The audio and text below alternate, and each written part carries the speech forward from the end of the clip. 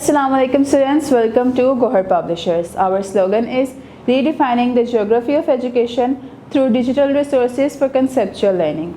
My name is Zainab and I am your geography teacher. So students, in today's video lecture, we will be discussing about Gohar Geography grade 6 unit number 4, and that is forest in the world. So students, let's get started. So students, today our topic is link between climate and natural vegetation, कि हमारे climate का और हमारे natural vegetation का आपस में क्या link है। तो स्टूडेंट्स, अगर हम ऑब्ज़र्व करें तो हम देखें कि क्लाइमेट का प्लांट की ग्रोथ पे या वेजिटेशन पे बहुत बड़ा इन्फ्लुएंस है। वो इस तरह से कि जो हमारे प्लांट्स होते हैं या ट्रीज़ होते हैं वो हाई टेम्परेचर में तो ग्रो कर ही नहीं सकते, मतलब कि उन्हें ग्रो करने के लिए precipitation, a good amount of precipitation, a good temperature, moderate temperature और एक अच्छा क्लाइमेट रिक्वायर्ड होता है। तो इट मीन्स कि इन दोनों का आपस में बहुत गहरा ताल्लुक है। तो जो हमारा क्लाइमेट होता है वो वेजिटेशन पे एक बहुत अच्छे तरह से असर करता है कि हमारे क्लाइमेट की वजह से हमारी सॉइल पे असर पड़ता है। तो वो सॉइल बेसिकली वेजिटेशन के लिए यूज़ की जाती है। तो स्टूडेंट्स, वेजिटेशन जो है हमारी 20% ऑफ प्लैनेट को कवर कर रही है। इट मीन्स कि प्लांट्स जो हैं वो क्लाइमेट पे बहुत खासा असर रखते हैं। तो ये दोनों एक दूसरे के लिए बहुत ज़रूरी हैं। अगर प्लांट्स वेदर के लिए ज़रूरी हैं कि मतलब ऑब्वियसली प्लांट्स जहाँ पे होते हैं वहाँ का वेदर कंपैरेटिवली अदर एरियाज़ के मुताबिक बहुत टेम्परेट होता है। तो अगर वेदर अच्छा होगा तो वहाँ प्लांट्स ग्रो करेंगे। तो स्टूडेंट्स, इस तरह से ये ऑब्जर्व किया जाता है कि दोनों का आपस में बहुत गहरा ताल्लुक है और दोनों एक दूसरे से अच्छी तरह से इंटरलिंक्ड करते हैं। चूँकि प्लांट्स अपना खुद एक वेदर बनाते हैं, they create their own micro whether by controlling the climate around. वो टेम्परेचर को कंट्रोल करके, ह्यूमिडिटी को कंट्रोल करके और ट्रांसपायरेशन करते हैं, जिसकी वजह से वो अपने इर्द गिर्द का टेम्परेचर और वेदर कंट्रोल करते हैं।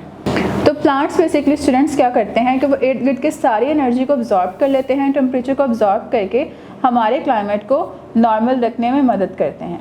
So students, now our next topic is compare rain forest with other type of forests. अब हम रेन फॉरेस्ट को डिफरेंट टाइप्स ऑफ फॉरेस्ट के साथ कंपेयर करेंगे। तो सबसे पहले हम देखते हैं कि ट्रॉपिकल रेन फॉरेस्ट और डिसीडियस रेन फॉरेस्ट में क्या डिफरेंस है। तो अगर हम बात करें ट्रॉपिकल रेन फॉरेस्ट की, तो ट्रॉपिकल रेन फॉरेस्ट जो हैं वो वार्म एरियाज़ में ग्रो करते हैं और इनके जो ट्रीज़ होते हैं वो बहुत ज़्यादा एवरग्रीन होते हैं और इन एरियाज़ में बहुत ज़्यादा हाई रेनफॉल होती है। तो स्टूडेंट्स, ये वाले प्लांट्स जो हैं डिसीडियस फॉरेस्ट, ये अपने जो ट्रीज़ होते हैं ये इनके लीव्स सारा साल झड़ते हैं।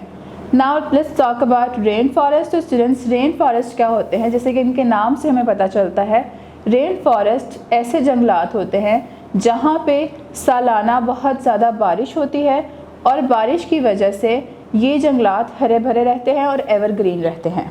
तो चूँकि रेन फॉरेस्ट में बहुत ज़्यादा बारिश होती है, प्रेसिपिटेशन रेट बहुत हाई होता है, टेम्परेचर बहुत लो होता है, तो यहाँ जो प्लांट्स और ट्रीज़ होते हैं वो बहुत ज़्यादा हाई एलिवेशन पे होते हैं, मतलब बुलंदी वाले ट्रीज़ होते हैं। उनकी हाइट बहुत ज़्यादा होती है और उनकी डिफरेंट 4 लेयर्स होती हैं, एक कनोपी टाइप बन जाती है। तो स्टूडेंट्स, जो फॉरेस्ट का इकोसिस्टम होता है, यहाँ पे बेसिकली रेन जो होती है वो 60 इंचेस पर ईयर के हिसाब से होती है, मतलब कि बारिश की मिकदार ये रहती है।